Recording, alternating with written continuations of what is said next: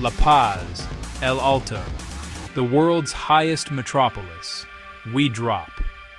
At 3,200 to 4,100 meters, air holds about 30% less oxygen than at sea level.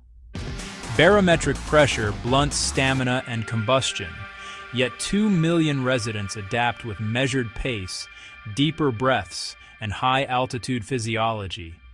This vast urban bowl is carved into weak sediments, volcanic tuffs, and clay, often mislabeled a crater, nadir over terraced barrios, the Choqueyapu Channel, and Mi Teleférico, sliding between stations.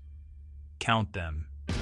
Weak rock, rapid growth, seasonal rains that undercut slopes. The ground is already learning to move. Bolivia. La Paz and El Alto, one urban system nested inside a dissected volcanic basin.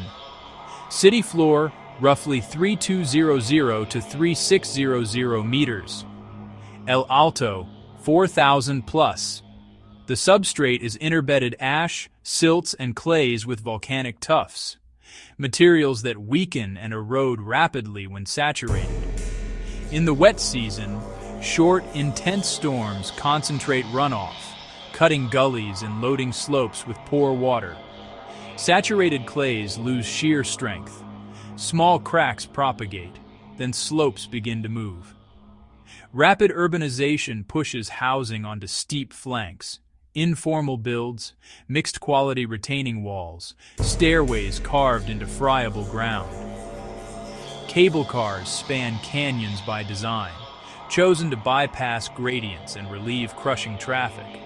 Engineers deploy terraces, shotcrete, anchors, and drainage. But the matrix, ash, silt, clay, tuff, remains inherently fragile. When storms converge on unlined channels, incision accelerates and foundations are undercut. GIS surveys map active scarps and slow-motion slides along the crater margins. No sci-fi, just hard contours and slope angles. From above, the bowl concentrates people, roads, and runoff into narrow exits. Every corridor is critical. During peak rains, channelized torrents rip at slope toes and culverts clog, forcing flow onto weak banks. Human ingenuity keeps the city moving. The ground beneath it decides how long. The real threat is slope failure, creep that can snap into sudden collapse. Triggers include intense rain, leaking mains, or seismic shaking. Mechanically, water raises pore pressure, reduces shear strength, and undercuts the slope's toe.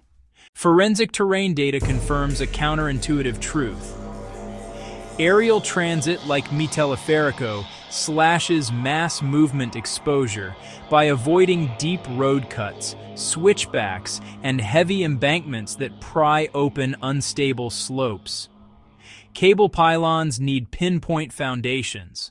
Highways demand wide benches, drainage reroutes, and retaining walls, multiplying failure interfaces on weathered ash and clay. Mitigation is layered. Surface drains capture runoff. Shotcrete skins lock raveling faces. Soil nails stitch shear zones. Gabions and catch fences trap debris. Reforestation anchors the near-surface matrix. Monitoring closes the loop. Automated inclinometers, crack gauges, and rainfall thresholds feed dashboards, while community hotlines flag fresh seepage, bulges, and new fractures in real time. Surprising fact 1, some slopes accelerate silently for weeks. No noise, no dust, until a rainfall spike tips velocity past the evacuation trigger. Surprising fact 2, informal graywater leaks, laundry and sink discharge, can saturate weak layers and destabilize entire blocks. When thresholds breach, operations pivot. Shut high-risk corridors, divert flows, prioritize cable lines for egress, and stage heavy crews at known run-out paths. The city holds, for now, stitched, drained, and watched. But one thermal shift or seismic pulse could still align the plains.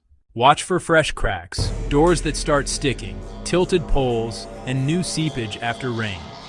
Report leaks. Keep drains clear. Don't cut slope toes. Support reforestation. City priorities: maintain drainage and enforce zoning on unstable ground. Set early warning thresholds that trigger alerts and evacuations. This bowl can be safer with vigilance and design. For grounded hazard explainers that cut risk, follow and subscribe.